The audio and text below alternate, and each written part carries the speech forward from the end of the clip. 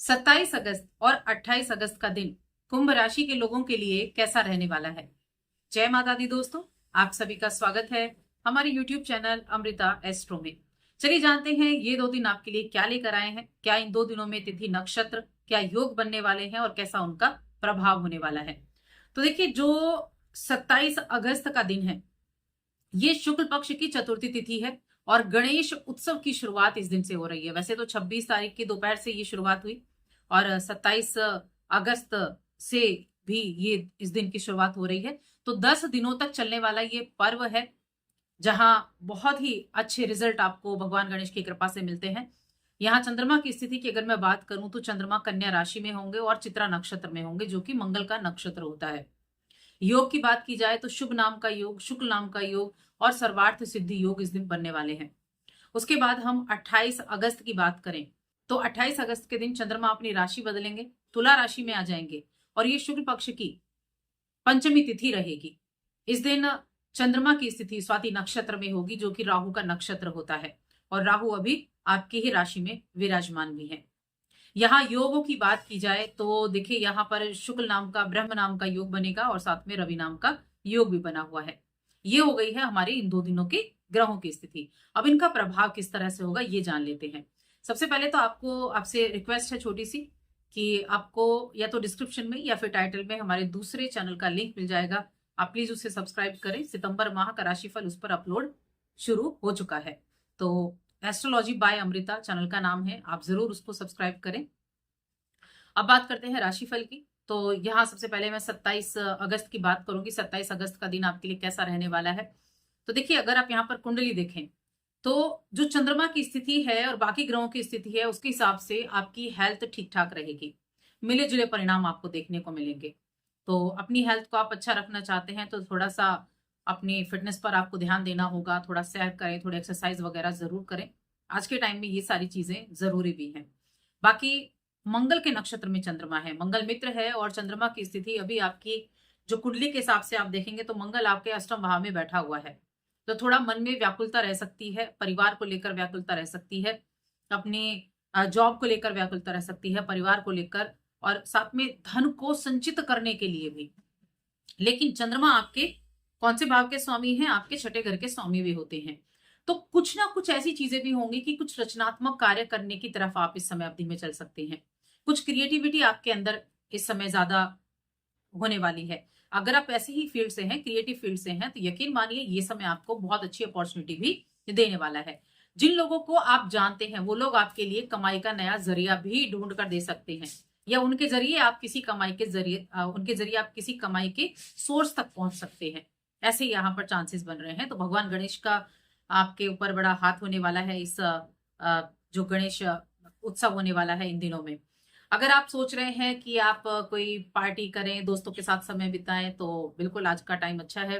उनके साथ थोड़ा वक्त बिता सकते हैं, उनके साथ अच्छी बातों को शेयर कर सकते हैं। इसके अलावा थोड़ा सा ध्यान भी रखना होगा कि बातों बातों में कुछ ऐसा ना हो जाए कि वहां पर कटु शब्दों का प्रयोग हो जाए और स्थिति बिगड़ जाए। तो थोड़ा सा इस चीज का ध्यान भी रखना होगा। मंगल के नक्षत्र में चंद्रमा है, थोड़ी उग्रता आपको देखने को मिल सकती है। इमोशंस थोड़ा इधर उधर हो सकते हैं, तो थोड़ा सा बस सावधानी से काम करना है। इसके अलावा आपके पास जो भी खाली वक्त होगा, देखिए आपके पास जो खाली वक्त होता है ना, आप कई बार उसमें लोगों से मिलना पसंद नहीं करते। आप सोचते हैं क्यों ना अपने पेंडिंग कामों को पूरा कर लिया जाए, और ये सही बात भी है। सबसे पहले अपने जो पेंडिंग काम है उनको आपको पूरा करना है। यहाँ पर मन में शांति के लिए कुछ अच्छे कार्य आप कर सकते हैं। कुछ सोशल कार्यों से आप जुड़ सकते हैं। कोई एनजीओ वगैरह हो गया या कुछ समाज में ऐसे कार्य हो गए जिनको हम सोशल वर्क बोलते हैं, तो ऐसी चीजों से जुड़ सकते हैं। किसी की हेल्प करना, किसी की हेल्प के लिए जाना, वृद्धों की हेल्प करना, तो ऐसे कार्य आपके लिए बहुत उत्तम है, क्योंकि ये शनि की राशि भी है और ये कार्य आपको बड़ा एक एनर्जेटिक भी बनाते हैं और आपकी कुंडली के लिए बहुत अच्छा उपाय भी ये जो साबित होता है। अगर आप ऐसे फील्ड से हैं, फैशन जगत के फील्ड से, जैसे मीडिया के फील्ड से हैं आप, तब मैं कहूंगी, या फिर आप कला के फील्ड से हैं, तो ये समय आपके लिए कुछ अच्छा करने वाला है, नए अवसरों से भरा हुआ है और इनके जरिए आपको लंबा ट्रेवल भी करने को मिल सकता है। तो ये एक पॉजिटिव बदलाव के लिए भी समय अच्छा है, तो इसका फायदा आपको जरूर उठाना चाहिए। फाइनेंशियल कंडीशन की बात करें, अगर आप किसी कॉन्फ्रेंस में जाते हैं, किसी मीटिंग वगैरह में जाते हैं, कोई सेमिनार आप ज्वाइन करते हैं, तो वहां आपके लिए बड़ा फायदेमंद समय रहने वाला है। देखिए मंगल आपको एनर्जी देता है, लेकिन ये क्या है कि आपको चीजें बहुत बढ़िया तरीके से भी काम करती हैं। आपके छठे घर में बुध और शुक्र मौजूद हैं, तो यहाँ इनकी जो ये स्थिति है ना, एक तो सबसे पहली चीज है कि आपको बाहर जाने के लिए मौके दे सकती है अपने इसी स्किल्स के जरिए। मीडिया का फील्ड हो गया, फैशन का फील्ड हो गया, तो इनमें आपको अच्छे यात्राओं का योग भी बनेगा, लंबी यात्राओं का योग भी बनेगा, और लंबी यात्राओं से आपको लाभ भी मिलेगा। तो कुल मिलाकर ये दिन आपके लिए बड़ा फायदेमंद रहने वाला है। अब 28 अगस्त की मैं बात करूंगी, जहां पर चंद्रमा आपके भाग्य भाव में चले जाएंगे। आप जहां 7 नंबर लिखा है, भाग्य भाव में चंद्रमा की स्थिति होगी और राहु के नक्षत्र में होंगे। हालांकि राहु के नक्षत्र में जाकर ये आपके सोच को बढ़ा देते हैं, लेकिन राहु आपकी राशि में भी बैठे हुए हैं, सप्तम पर दृष्टि भी डाल रहे हैं और आपके नवम भाव पर भी दृष्टि डाल रहे हैं।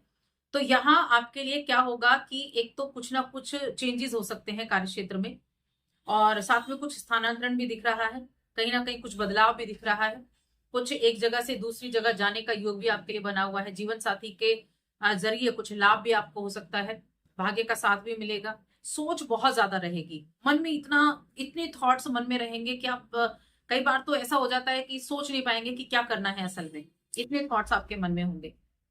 तो ऐसी स्थिति में थोड़ा ध्यान आपको मेडिटेशन की तरफ लेकर जाना है। जब भी आपको दुविधा हो या आप समझ नहीं पा रहे हैं, मेडिटेशन करें, शांत बैठें, अपनों के साथ थोड़ा वक्त बिताएं, थोड़ी बातों को शेयर करें, तो आपको रिजल्ट उसका मिल जाएगा। ये दिन कुछ नई चीजों से जुड़ने का भी है, धर्म कर्म में आपकी रुचि भी रहेगी, और साथ में कुछ ट्रेवल वगैरह भी रह सकता है, कामकाज के सिलसिले में भी हो सकता है, और ऐसे ही मौज मस्ती के लिए भी हो सकता है।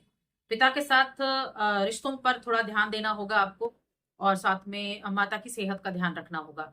आपकी हेल्थ के लिए मैं कहूंगी ठीक है, आपकी हेल्थ प्रभावित नहीं होगी, लेकिन माता पिता की हेल्थ का ध्यान रखना है। अगर पहले से हेल्थ इश्यू चल रहे हैं तो ध्यान रखने की ज्यादा आवश्यकता है।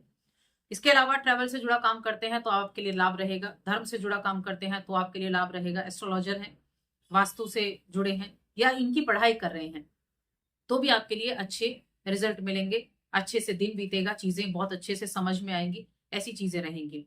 इसके अलावा देखिए यहाँ पर जो स्टूडेंट्स हैं उनके लिए मैं कहूंगी मन थोड़ा भटक सकता है, तो अपने मन को एकाग्र करें, मन को एकाग्र करने की कोशिश करें, गायत्री मंत्र का पाठ करें, सुबह शाम दोनों टाइम 11-11 बार गायत्री मंत्र पढ़ें। स्टूडेंट्स के लिए मैं कहूंगी, क्योंकि आपका पीक टाइम है, तो आपको अपनी एजुकेशन पर ज्यादा ध्यान देने की आवश्यकता है। अब उपाय की बात करते हैं, तो देखिए उपाय के तौर पर मैं आपसे ये कहूंगी, गणेश उत्सव चल रहा है, 10 दिनों तक चलने वाला ये पर्व है। भगवान गणेश की आराधना, उनके सेवा करना, उनको उनकी पसंदीदा चीजों का भोग लगाना, ये बहुत अच्छा रहेगा। और बस आज की इस वीडियो में इतना ही। हमारे चैनल को सब्सक्राइब करें और हमारे दूसरे चैनल को भी जरूर सब्सक्राइब करें। जय माता दी।